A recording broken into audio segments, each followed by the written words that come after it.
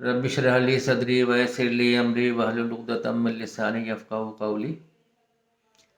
ایک حدیث ہے، فرمایا رسول اللہ صلی اللہ علیہ وسلم نے کہ 3 اعمال ایسے ہیں کہ جو ہلاک کرنے والے ہیں، اور 3 اعمال ایسے ہیں کہ جو ہم کو نجات دینے والے ہیں، اور 3 اعمال ایسے ہیں کہ جو کفارہ ہوتے ہیں گناہوں سے، کہ جو گناہوں کا کفارہ بن جاتے ہیں، اور 3 اعمال ایسے ہیں کہ جو ہمارے درجات کو بڑھاتے ہیں۔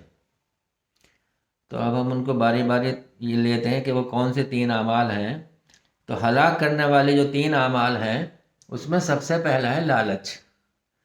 جو انسان لالچ کرتا ہے، چاہے وہ کسی بھی طرح کا لالچ ہو، روپے پیسے کا لالچ ہے، کسی کو شہرت کا لالچ ہے، کسی کو اونچی کرسی کا لالچ ہے، کسی بھی طرح کا کوئی لالچ ہے، وہ انسان کو ہلاک کرتا ہی ہے۔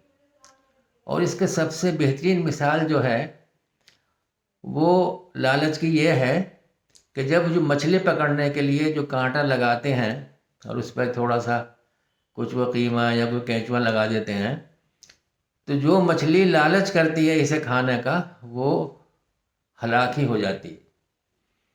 تو لالچ جو ہے وہ ایسی طرح انسان کو ہلاک کرنے والا ہے۔ اور دوسرا جو عمل ہے وہ ہے ناجائز خواہشات۔ ناجائز خواہشات کے پیچھے جب آدمی بھاگتا ہے، اور عام طور سے ناجائز خواہشات جو ہیں وہ گناہ کی طرف ہی لے جاتے ہیں، تو انسان گناہوں میں لت پت ہو جاتا ہے، اور پھر وہ گناہ انسان کو جکڑ لیتے ہیں۔ پھر اگر وہ چاہتا ہے کہ میں ان سے نکل جاؤں، تو وہ انسان نکلنا بھی بہت ہی مشکل ہو جاتا ہے اس سے، اور وہ ہلاکت کی طرف چلا جاتا ہے۔ اور تیسرا عمل جو ہے وہ یہ ہے کہ انسان یہ چاہت کرے کہ لوگ میری تعریف کریں۔ یہ چاہت بھی انسان کو ہلاک کرتی ہے۔ کہیں 4 آدمیوں میں بیٹھا ہے تو اب وہ اس فکر میں ہے کہ لوگ مجھے اچھا کہیں، میری واہ واہی ہو یہاں پہ، یا وہ خود ایسی باتیں کریں جو وہاں پہ کہ میں نے یہ کیا، میں نے وہ کیا، کہ لوگ اچھا کہیں گے کہ ہاں تم نے بہت بڑا کام کیا۔ جبکہ کوئی بھی نیکی جو ہے وہ اللہ تعالیٰ کے لیے جو ہوتی ہے، تو اللہ تعالیٰ اس کا اجر دیتے ہیں اور اس کو ثواب ملتا ہے اس کا۔ لیکن جب انسان ان نیکیوں کا یا ان بھلائیوں کا یا ان باتوں کا لوگوں سے واہ واہی چاہے اور تعریف چاہے، تو وہ نیکیاں ضائع ہو جاتی ہیں، اور پھر وہ انسان ہلاکت کی طرف ہی چلا جاتا ہے۔ اور دوسرے جو نجات دینے والے 3 اعمال ہیں، ان میں سب سے پہلا عمل یہ ہے کہ انسان انصاف کرنے والا ہو، غصے کی حالت میں بھی اور خوشی کی حالت میں بھی، یعنی ہر حالت میں وہ انصاف کرنے والا ہو۔ عام طور سے جب انسان غصے کی حالت میں ہوتا ہے تو وہ انصاف نہیں کر پاتا، مشکل ہوتا ہے انصاف کرنا۔ تو جو لوگ انصاف کرتے ہیں، جیسے مثال کے طور پر کسی کو اگر ایک چانٹا مارا، تو ایک چانٹے کے بدلے میں اگر اس نے اس کی بہت پٹائی کر دی زیادہ، تو پھر وہ ناانصافی اس سے ہو گئی، اور وہ خسارے والوں میں ہوا۔ اسی طرح خوشی میں لوگ بہت زیادہ کسی کو کوئی دے دیا، جتنا اس کو نہیں دینا تھا، جتنا اس کا حق بھی نہیں تھا، وہ اس کو اتنا مل گیا۔ یہ ساری باتیں جو ہیں، یہ بھی اس کے لیے جو ہے وہ اچھی نہیں ہیں۔ اور دوسری بات جو نجات دینا کا والا عمل ہے، وہ ہے میانہ روی اختیار کرنا، امیری میں بھی اور غریبی میں بھی۔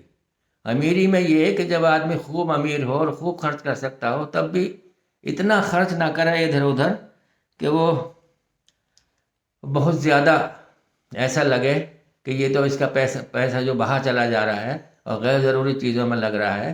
ضرورت مندوں میں بھی پھر وہ خرچ کرے اور دوسری جگہوں پہ کرے۔ اور اگر وہ غریبی میں ہے انسان، تو پھر وہ یہ صبر کے ساتھ اپنا، اور اللہ نے جس حال میں رکھا ہے اس حال میں رہ کے اللہ کا شکر ادا کر کے وہ زندگی گزارے، اور کسی کے آگے ہاتھ نہ پھیلائے وہ۔ اور یہی اس کا امتحان بھی، چونکہ امتحان تو اللہ کی طرف سے غریبی کا بھی ہے اور امیری کا بھی ہے، یہ دونوں امتحان ہی ہیں۔ تو یہ میانہ روی جو ہے دونوں صورتوں میں اختیار کرنی ہے۔ اور جو تیسرا عمل ہے وہ یہ ہے کہ اللہ سے ڈرنا، اللہ کا خوف۔ اور اللہ کا خوف جو ہے وہ اکیلے میں بھی اور جب وہ لوگوں کے ساتھ ہو تب بھی۔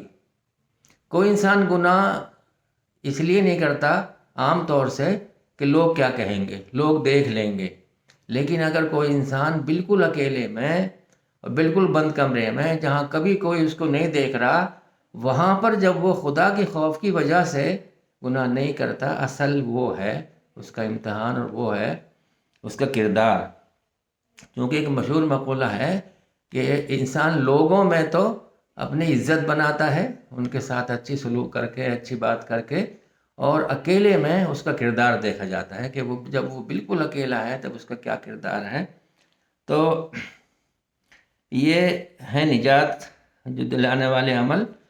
اور یہ کفارے والے جو 3 اعمال ہیں جس سے ہمارے چھوٹے موٹے گناہ معاف ہوتے رہتے ہیں، وہ یہ ہیں کہ نمازوں کے درمیان جب ہم ایک نماز پڑھ لیں تو ہمیں دوسری نماز کا فکر ہو، ہمیں دوسری نماز میں شامل ہونے کا، ہمیں دوسری نماز کو ادا کرنے کا ہمیں اس کا انتظار ہو.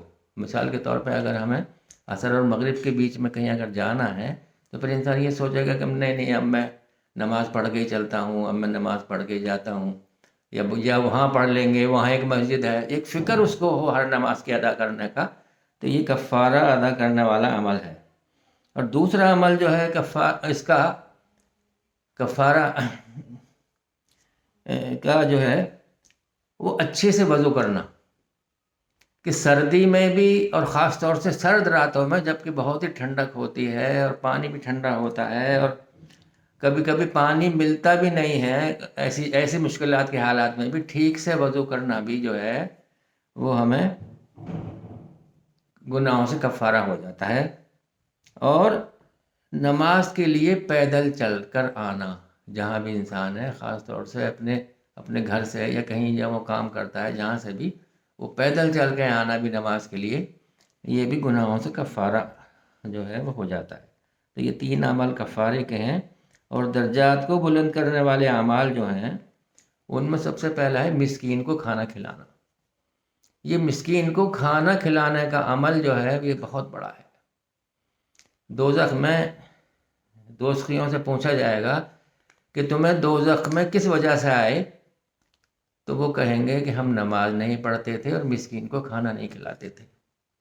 کوئی اور تیسری بات وہ یہ نہیں کہ وہ اور کوئی اور ایسی وجہ بتائیں گے کوئی بہت بڑی کہ ہم اس وجہ سے. تو مسکین کو کھانا کھلانا یہ بہت بڑا عمل ہے. اور کوئی بھی بھوکا ہمارے آئے تو ہمیں اس کے کھانے کا انتظام کرنا ہے، چاہے ہم اس کے جس طریقے سے بھی ہم کسی کے ہاں اس کو بھیج دیں، کوئی وہ کھانے کے لیے کچھ ایسا کٹ بنوائیں، اس کے کچھ ہفتوں کے لیے، مہینے کے لیے جو بھی ایسا راشن بھیج دیں، کچھ بھی کسی طرح سے بھی ہم لوگوں کو. اور جو روزے کا افطار کرانا بھی اسی میں آتا ہے کہ روزے کا افطار کرانا اور کسی کو بھی کھانا کھلانا یہ بہت بڑی بات ہے. اور دوسرا جو عمل ہے وہ سلام کرنا.